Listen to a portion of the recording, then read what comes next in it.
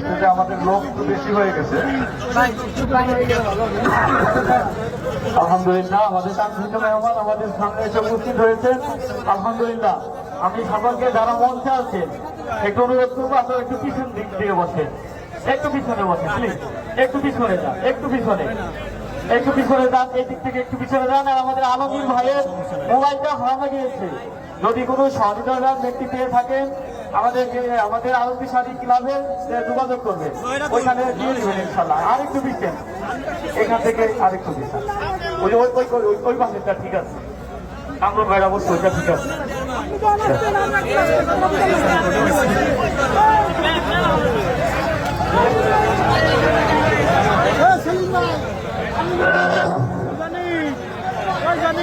আলমগীর ভাই মোবাইল হারানো গেছে। আলমগীর ভাই যদি কেউ পেয়ে থাকেন তাহলে আমাদের ক্লাবে যোগাযোগ করেন।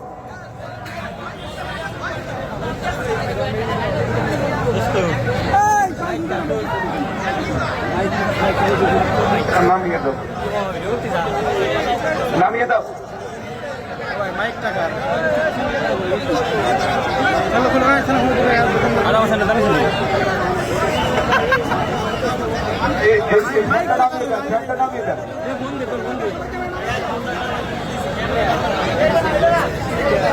কথা না বলি, সকলে খামোশ হয়ে যায়, কথা না বলি,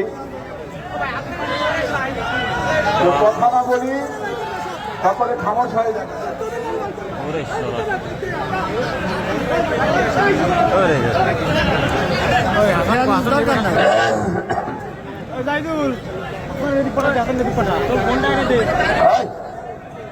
কথা বন্ধ করুন, আর লাগবে না কাউকে, বসুন বসেন, এখানে বসুন,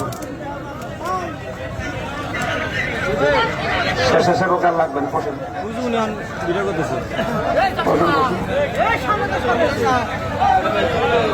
এই জায়গায় যদি বসতে পারে বসে পড়ে। আপনারা পিছন ভাই হবে, আমার কাজ করে দেবেন, বসেন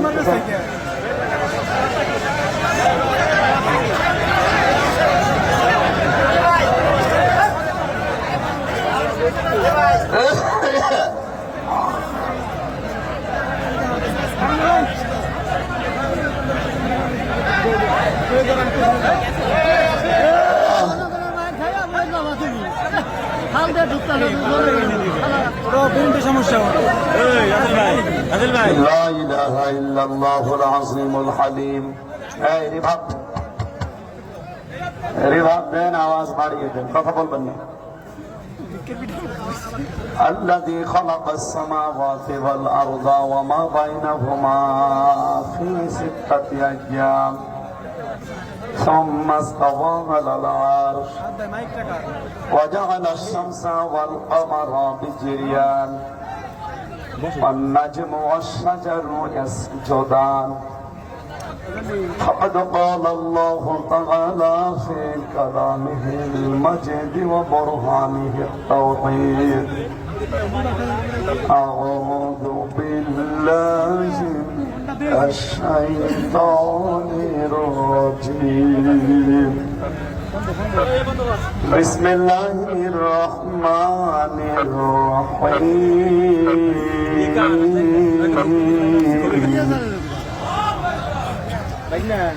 ولا تعبدون ما تنحتون والله خلقكم وما تعملون. قالوا بنوا له بنيانا فألقوه في الجحيم وأرادوا به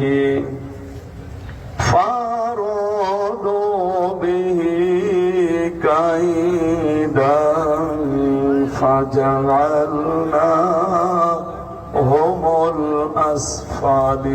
الأسفلين. عن أبي هريرة رضي الله تعالى عنه قال قال النبي صلى الله عليه وسلم كفى بالمرء كذبا أن يحدث به بكل ما سمع إلى آخر الحديث رواه ابن ماجه. وقال تعالى في شأن رسوله ما كان محمد أبا أحد من رجالكم ولكن رسول الله وخاتم النبيين وكان الله بكل شيء عليما. اللهم صل على محمد.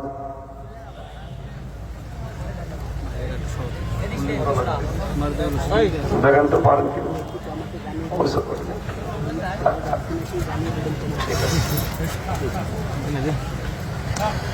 اللهم صل على محمد وآله وصحبه وبارك وسلم. بلغ العلا بكماله كشف الدجى بجماله حسنت جميع خصاله صلوا عليه وآله. الحمد لله.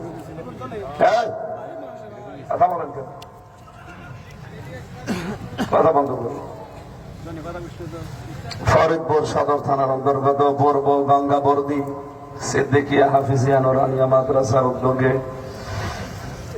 তাফসীরুল কোরআন মাহফিল লিখেছে। তাফসীর আকারে কথা বলবো ইনশাআল্লাহ। সম্মানিত সভাপতি জনাব ইমারত হোসেন, এখানে সার্বিক ব্যবস্থাপনায় যারা আছেন অধ্যাপক নজরুল ইসলাম, কারি মোহাম্মদ সোহরাব হোসেন সহ মাহফিলের বরেণ্য সদস্যবৃন্দ, যারা আলোচনা রাখলেন মাওলানা হোসাইন মাহফুজ, মাওলানা মিজানুর রহমান ফরিদি, হাফেজ মাওলানা মুফতি কবির আহমেদ, হায়াতে তাইয়্যিবা সিহাতে কুল্লিয়া কামনা করছি আল্লাহ যেন দান করে। আওয়াজ তো মন মতো হচ্ছে, রিভাব বাড়িয়ে মঞ্চে বসা ওলামা ইকরাম, সামনে বসা মুসলমান ভাইরা, পর্দার আড়ালের সম্মানিতা মা এবং বোনেরা, প্রশাসনের ভাইরা, প্রাণপ্রিয় ফরিদপুরবাসী, দরবারে ইলাহিতে শুকরিয়া জানাচ্ছি যিনি আমাদেরকে মানুষ বানিয়েছেন। 2 নম্বরে আমাদের আরেকটা পরিচয় আছে, আমরা শুধু মানুষ না, মানুষের পরে আমরা কি বলেন তো? না, মানুষের পরে আমাদের আরেকটা পরিচয় আল্লাহর দেওয়া, আমরা খলিফা। মুসলিম এটা আমার আল্লাহ অথবা আমাদের জাতির পিতা যিনি ইব্রাহিম আলাইহিস সালাম, ওয়া সাম্মাকুমুল মুসলিমিন, এ হওয়ার ফাইল দুইজনেই হতে পারে। আল্লাহ তাআলা হতে পারেন, আমাদের জাতির পিতা যিনি হযরত ইব্রাহিম তিনিও হতে পারেন। সেই হিসাবে যেহেতু মতানৈক্য আছে, আমাদেরকে যিনি বানিয়ে নাম দিয়েছেন আমরা মানুষ, প্রথম নামই এইটা, আমরা কি সবাই বলেন। 2 নম্বরে আমরা আল্লাহর খলিফা, আমরা কি যা বলছি এগুলো কোরআনে আছে না? মানুষকে আল্লাহ একটা নাম দিয়েছেন, আর আমরা যেহেতু মানুষের ভেতরে অন্যতম, আল্লাহ আমাদেরকে নির্বাচিত করে খলিফা বানিয়েছে। খলিফা যে সে হতে পারে, এ হওয়ার জন্য আল্লাহর পক্ষ থেকে যে দায়িত্ব এসেছে এটা পালন করা লাগে। কোরআনে আল্লাহ দিয়েছিলেন ইন্নী জাইলুম ফিল আরদি খলিফা, আমি জমিনে খলিফা পাঠাতে চাই। কোথায়? আরো জোরে বল। আল্লাহকে বলেছিলেন যে ইন্নী জাইলুম ফিল খানকা খলিফা, আমি খানকায় খলিফা পাঠাবো, আমি দরবারে পাঠাবো। আজ তো অনেকে বিভিন্ন খানকা শরীফের, বিভিন্ন দরবার শরীফের খলিফা হয়ে একেবারে খুশিতে বাটবা। আপনাকে কি ওখানে পাঠিয়েছেন? আপনাকে পাঠিয়েছে জমিনে। এই জমিনে আজ আল্লাহর খলিফারা আমরা নেই, এই জন্য জালেমরা জমিন ফাঁকা পেয়েছে। 180 মাইল বেগে চালাচ্ছে। এবার আর চালাতে দেওয়া হবে না। কথা বোঝেন আমার? ডাকশো জাকশো চাকশো এর প্রমাণ অলরেডি দিয়েছে। আজকে রাকশো চলছে। দেখেন না, এতদিন আমরা জমিনে ছিলাম না, বিভিন্ন জায়গায় ছিলাম, জমিনটা ফাঁকা পেয়েছিল জালেমরা। মনে যা লাগতো তাই করত। মনে লেগেছে আমির হামজা জঙ্গিদের সভাপতি দেশ, কিন্তু এখন আর এটা হবে? বলেন বলেন। জঙ্গি হিসাবে যাদেরকে এতদিন চালিয়েছিলেন, বিশ্ব বিশেষ করে মডল যারা, তারা পর্যন্ত এখন বুঝে ফেলেছে যে জঙ্গি দেশের মুসলমানদেরকে শুধু নামকরণ করা হয়েছে। আসল জঙ্গি যারা এ নাম দিত তারা। এ পৃথিবীর সবচাইতে বড় সন্ত্রাসী রাষ্ট্র এখন দেখেন ইসরায়েল, ইন্ডিয়া। আপনি গুগলে সার্চ দেবেন, দেখবেন এই নামগুলো ভেসে আসবে। পৃথিবীর ভেতরে সবচাইতে কসাই। মোদির নাম মানুষ মোদি বলে না, বলে কসাই মোদি। কসাই মোদি বলে না। আর ওর যে বন্ধু, এই যে নেতানিয়াহু, এটা আর এক কসাই। পৃথিবীর শ্রেষ্ঠ, নিকৃষ্ট, সর্বশ্রেষ্ঠ, সর্বনিকৃষ্ট মানুষের তালিকা যাদের নাম, তারা এই যে যার নাম বললাম এরা।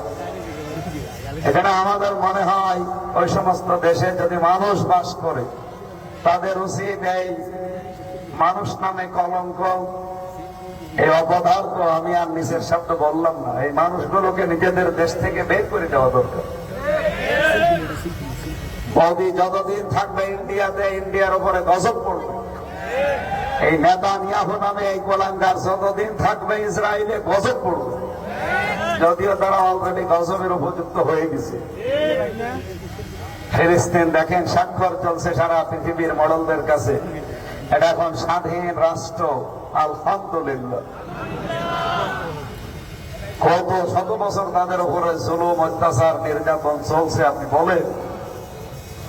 অথচ যারা নির্যাতন চালাচ্ছে তারা আমাদের এই রোহিঙ্গাদের মতো। তাদেরকে দয়া করে থাকতে দিয়েছিল এই জায়গায়, অথচ তারা এখন মালিক হয়ে গেছে আর এদেরকে এখন দেশ থেকে তাড়িয়ে দিচ্ছে।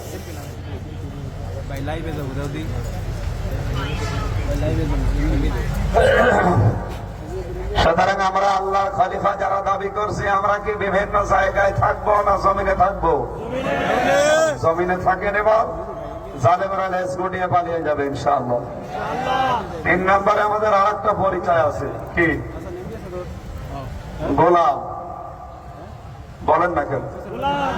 ইয়াকা না'বুদু, আমি একা না, না'বুদু, আ'বুদু, না'বুদু। আমি যদি একা হতাম বলতাম আ'বুদু। যেহেতু আমরা সবাই মিলে বলি, এই জন্য বলছি না'বুদু, জমা মুতাকাল্লিম। আমরা সবাই আল্লাহর কাছে প্রতিদিন কমপক্ষে 17 বার হলেও এই কথাটা স্বীকৃতি দেই, ইয়াকা না'বুদু। শব্দটা ছিল না'বুদু ইয়াকা।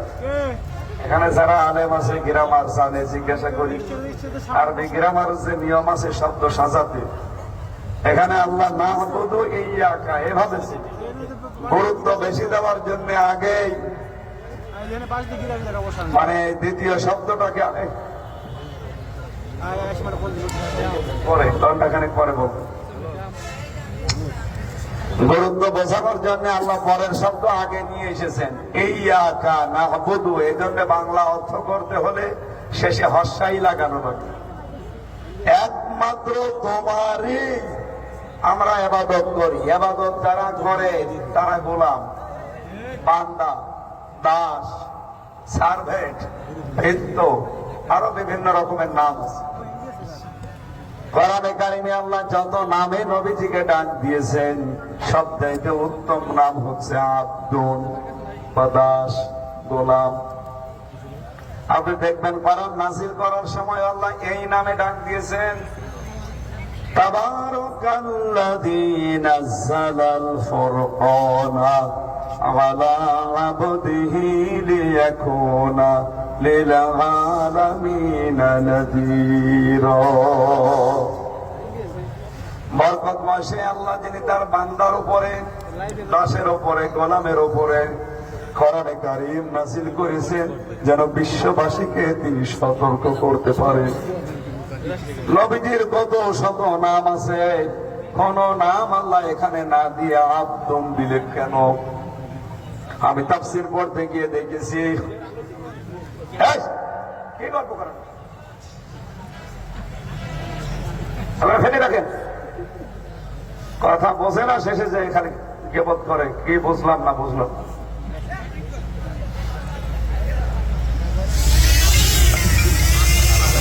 আমি তো হাদিস পড়েছিলাম না, কাফা বিল মারই কাযিবান আইয়ু হাদিসা বিহি, এখানে নেই, আমি শব্দটা ভুলে বলে ফেলেছি, সরি। আইয়ু হাদিসা বিকুল্লি মা সামিয়া, এখানে আলেম নেই, শব্দটা কিন্তু বিহি নেই।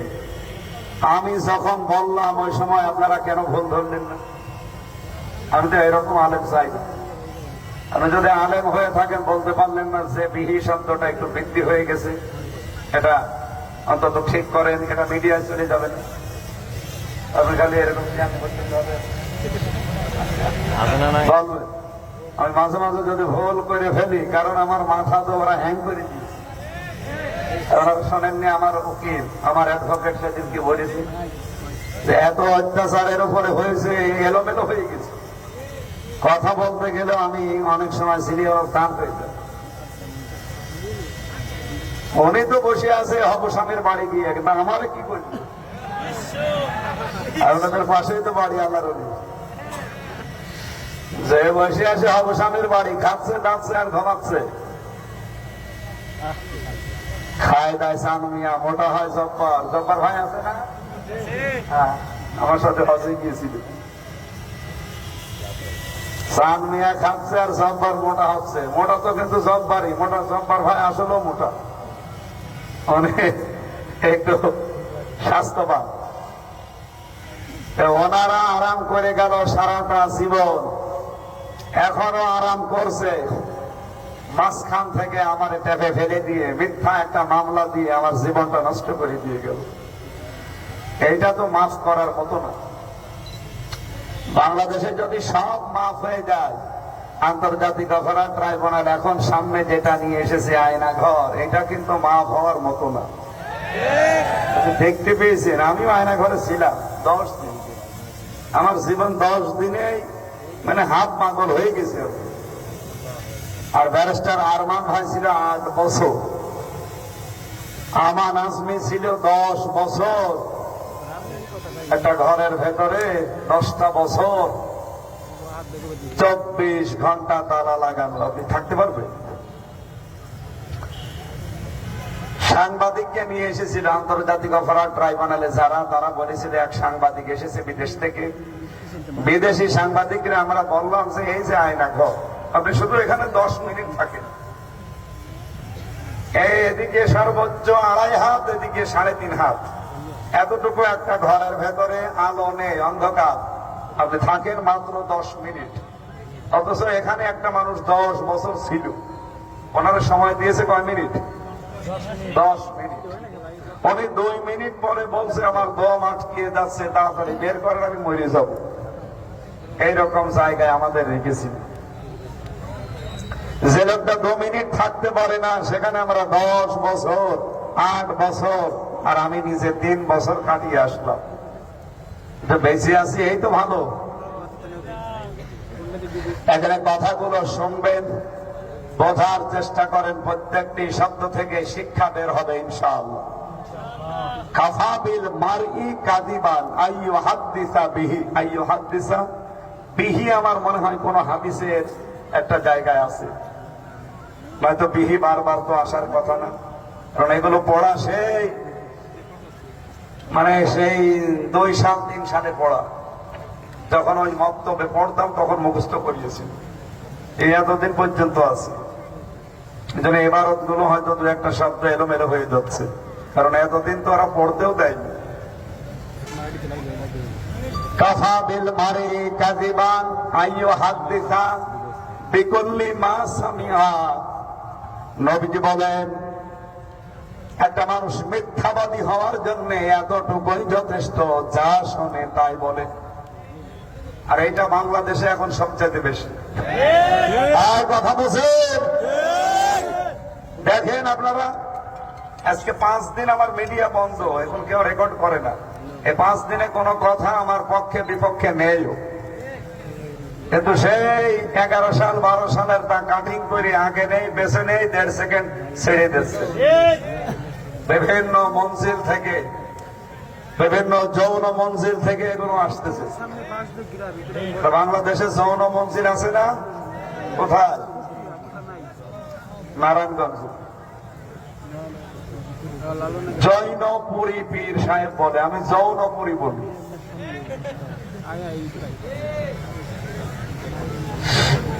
বাংলাদেশের বিভিন্ন জেলায় আমি গিয়ে দেখি বিভিন্ন কারখানা আছে।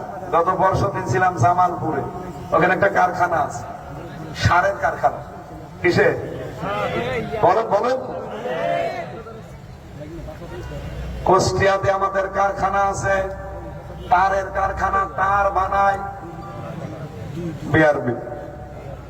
নারায়ণগঞ্জে এখন একটা কারখানা তৈরি হয়েছে, কাফেরের কারখানা। এখান থেকে সবাইকে কাফের ফতোয়া দেওয়ার, আমার মনে হয় বাস্তা ভরে ঝুড়ি ভরে বসে আছে। ওর মনে যেটা লাগবে না সেটা কাফের। মামুনুল হককেও কাফের বলেছে, মিজান আজহারিকে কাফের বলেছে, আর আমি এই কয়েকদিন আগে অলরেডি কাফের হয়ে গেছি। আমার মনে হয় সামনে আরো অনেকে আসতেছে। আমার ভাইরা, আমি যেটা বোঝাতে চাই এখান থেকে, প্রফেসর মুখতার আহমেদ আল্লাহর ইমানদার গত পরশুদিন একটা স্ট্যাটাস দিয়েছে। উনি দেখেছেন কি লিখেছে? 8-9 লাইনে। এটা ডিস্টার্ব করলে তো সমস্যা, ভেঙে ফেলবো, কিন্তু পাড়া দিয়ে ভেঙে ফেলবো একদম।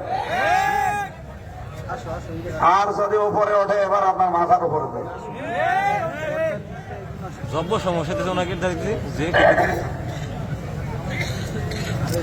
এমনিতেই কণ্ঠ শরীর একটাও আমার আয়ত্তে নেই, সব ভেঙে নষ্ট হয়ে গেছে। এত কষ্ট করে কথা বলা লাগে, বারবার এত ডিস্টার্ব হলে কথা শোনা যায়। একটু খেয়াল করে, নবীজির কথা ছিল যা শোনে তাই বলে। আপনি একটু চিন্তা করতে পারেন না, লোকটা 1.5 ঘন্টা 2 ঘন্টা কথা বলে, পড়াটা আগে কি পরে কি, কোন উদ্দেশ্য নিয়ে, কোন সাবজেক্টের উপরে, কোন সিচুয়েশনে কথা বলছে, ওইটা আগে একটু দেখি না। আগে নেই পরে নেই, মাত্র 1.5 মিনিট অথবা সর্বোচ্চ 25 সেকেন্ড শুনেও অনেকে মন্তব্য করে। আমার এতদিনের ভেতরে যতগুলো মন্তব্য এসেছে, উল্টা পাল্টা কমেন্ট জানিয়েছে যারাই, আমরা দেখেছি ওরা 1-1.5 ঘন্টা শুনে নাই, সর্বোচ্চ শুনেছে হাফ মিনিট, 1 মিনিট। এখানে প্রসাব করিবেন, না করিলে 50 টাকা জরিমানা, এরকম করে ফেলেছে। শেষে প্রসাব যার না লাগে সেও প্রসাব করে 50 টাকা জরিমানা থেকে বাঁচার জন্য। অথচ ক্ষমাটা দেওয়ার কথা কোথায়? এখানে প্রসাব করিবেন না, করিলে 50 টাকা জরিমানা, ঠিক আছে না? বিষয়টা তো আমি এইভাবে উপস্থাপন করি। 1-1.5 ঘন্টার ভেতরে হয়তো একটা উদাহরণ দিতে গিয়ে বলা হয়, পৃথিবীতে 4 জন মহিলাকে আল্লাহ সবচাইতে সুন্দর আকৃতি দিয়েছিলেন, আর 2 জন পুরুষকে আল্লাহ সবচাইতে সুন্দর আকৃতি দিয়েছিলেন। এখানে আলেমরা হয়তো আমার মনে হয় পুরুষের নাম বলতে পারবে, হযরতে ইউসুফ আলাইহিস সালাম আর মুহাম্মাদুর রাসূলুল্লাহ সাল্লাল্লাহু আলাইহি সাল্লাম। এই 4 জন মহিলার নাম আমরা ঐতিহাসিক ভাবে পেয়েছি। সবচাইতে সুন্দর করে আল্লাহ তাদের বানিয়েছিলেন। তার 1 নম্বরে আমাদের আদি মাতা হযরতে হাওয়া আলাইহিস সালাম। 2 নম্বরে আমি নাম পেয়েছি ইব্রাহিম নবী আলাইহিস সালামের প্রথম স্ত্রী হযরতে সারা। আমি কি সব বানাচ্ছি না? 3 নম্বরে নাম পেয়েছি জুলাইখা, নাম শোনেন? পৃথিবীর শ্রেষ্ঠ সুন্দরীদের ভেতরে তিনি একজন। 4 নম্বরে নাম পেয়েছি আমাদের নবী মুহাম্মদুর রাসূলুল্লাহর ছোট মেয়ে হযরতে ফাতেমা রাদিয়াল্লাহু তাআলা আনহা। এই 4 জন মহিলাকে আল্লাহ এত সুন্দর করে বানিয়েছিলেন। হযরতে আলীর জীবনী পড়তে গিয়ে আমি পেয়েছি, তিনি জানিয়েছেন ফাতেমাকে আল্লাহ এত সুন্দর করে বানিয়েছে, তার পুরা সৌন্দর্য আমি স্বামী হয়েও সব এখন অবলোকন করতে পারি নাই। এত সুন্দর করে আল্লাহ তাকে হাতে করে বানিয়েছেন, মনে হয় যদিও আমাদেরকে আল্লাহ হাতে করে বানিয়েছে। লাকাদ খালাকনাল ইনসানা ফি আহসানি তাকওয়িম। অবশ্যই আমি আল্লাহ পৃথিবীতে মানুষকে বানিয়েছি সবচাইতে সুন্দর আকৃতি দিয়ে। যদিও এই বডিটা বানিয়েছে ফেরেশতারা, এই আকৃতি যেটা, এই মুখমণ্ডল, এইটা আল্লাহ সরাসরি নিজের কুদরতি হাত দিয়ে বানিয়েছে। এটা পাবেন সূরা আলে ইমরানের 6 নম্বর আয়াতে, ওয়াল্লাযী ইউসাউবিরুকুম ফিল আরহামি কাইফা ইয়াশা। তিনি সে আল্লাহ যিনি তোমাদের মায়ের রেহেমের ভেতরে তোমাদের আকৃতি তৈরি করেন। তাহলে আকৃতিটা বানিয়েছে কে? আরো জোরে বলেন।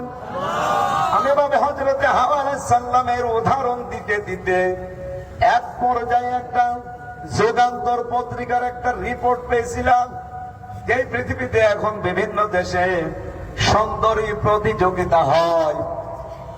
সে সমস্ত প্রতিযোগিতায় যারা এসে সব চাইতে নাকি সুন্দর, অথচ এদের চাইতে কোটি গুণে সুন্দর ছিলেন আমাদের আদি মাতা হাওয়া। কথা বলেন না? জুলাইখা সব চাইতে সুন্দর মহিলাদের ভেতরে অন্যতম। তারপরেও পৃথিবীর শ্রেষ্ঠ পুরুষ যারা সুন্দর, নবীজি মুহাম্মদুর রাসূলুল্লাহ এবং হযরতে ইউসুফ আলাইহিস সালাম। এত সুন্দর করে আল্লাহ তাকে বানিয়েছেন, তার চেহারা দেখে ওই জামানার মেয়েরা এটা বলতে বাধ্য হয়েছিল, ইন হাযা ইল্লা মালাকুম কারীম। এটা মানুষ না, এটা সম্মানিত ফেরেশতা। হযরতে আয়েশা বলেছিলেন, আয়াতের তাফসিরে পড়েছি, যদিও এটা হাদিসের ভাষায় আছে, তিনি বলেছিলেন মিশরের নারীরা ইউসুফ নবীর চেহারা দেখেই যদি ফল কাটতে গিয়ে হাত কাটে ফেলো, তোমরা যদি আমার স্বামী মুহাম্মদুর রাসূলুল্লাহ আসল চেহারা দেখতে পেতে কনফাকে কলিজা কেটে ফেলতে টের পেতে না। পৃথিবীর শ্রেষ্ঠ পুরুষ সুন্দরের দিক থেকে আল্লাহ 2 জনের নাম বললাম। পৃথিবীতে 4 জন মেয়ে লোকের নাম আমি যেহেতু পেয়েছি, তার ভেতর হাওয়া সাল্লামের চেহারার বর্ণনা করতে করতে এখন যাদেরকে আমরা সবচাইতে বিশ্ব সুন্দরী বলে ডাকি তাদের তালিকা পেলাম আমি। ইন্ডিয়ার কিছু নায়িকার নাম দিয়েছে দেখলাম, ওই যে রাশমিকা। এখান থেকে এটা আমি মৌলভীবাজারে এক মাহফিলে উদাহরণ দিয়েছিলাম, সেখান থেকে আরম্ভ হয়ে গেছে আমার নাম এখন অনেকে বলে এ রাশমিকার স্বামী।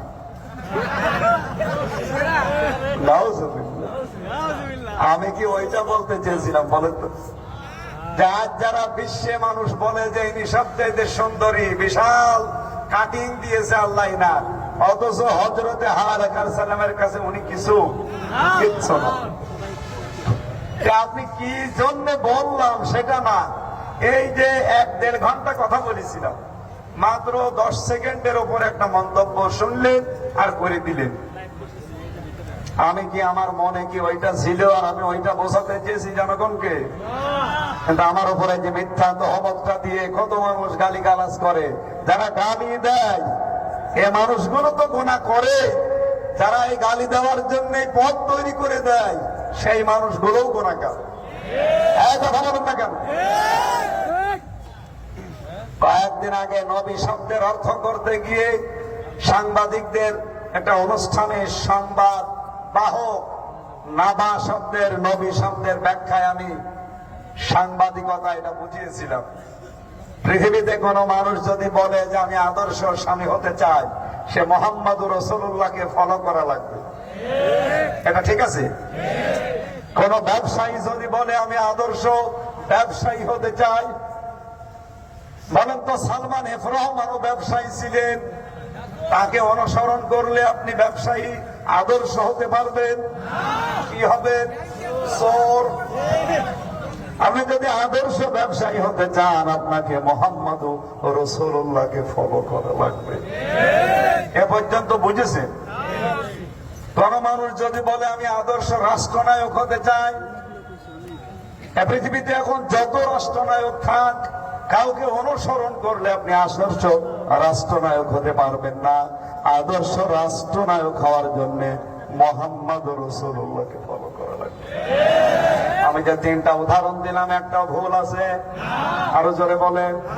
উনি রাষ্ট্রনায়ক ছিলেন এই জন্য আমি বলেছি, উনি স্বামী ছিলেন এই জন্য আমি বলেছি, উনি ব্যবসায়ী ছিলেন এই জন্য আমি বলেছি, উনি যেহেতু আল্লাহর খবরগুলো দুনিয়ার মানুষকে পৌঁছাতেন, এই হিসাবে যেহেতু পজিশনটা কি, এই জায়গাটা কোন জায়গা আপনি দেখতে পাচ্ছেন না? আমি সাংবাদিকদের সামনে কথা বলছিলাম, তাদের একটা দায়িত্ব আছে, তারাও সংবাদ জোগাড় করে মানুষকে জানায়। সেই হিসাবে যেহেতু তারা সাংবাদিকতা করছে, ওরা যদি আদর্শ সাংবাদিক হতে চায়, মোহাম্মদ রাসূলুল্লাহকে ফলো করা লাগবে। এই কথা শুনে অনেকেই বললো যে না, উনি কেন সাংবাদিক বললো? নবীজিকে যদি সাংবাদিক, আদর্শ সাংবাদিক যারা হবে, তাকে ফলো না করে জীবনে হতে পারবে? বলেন বলেন। এখানে নবীকে খাটো করা, ছোট করার কি আছে বলেন? আর আমার মনের ভেতরে কি আছে আপনি জানলেন কি করে? মানুষের কাজের ফলাফল নির্ভর করে ইন্নামাল আমালু বিন্নিয়াত, নিয়তের উপরে। এই কথা বলা লাগবে। আমি বলতে চেয়েছি কি, আমার মনে আছে কি, এটা আমি আর আমার আল্লাহ জানে। আপনি আগে নেই পরে নেই শুনেই বলে দিলেন এই শব্দ কেন বললো?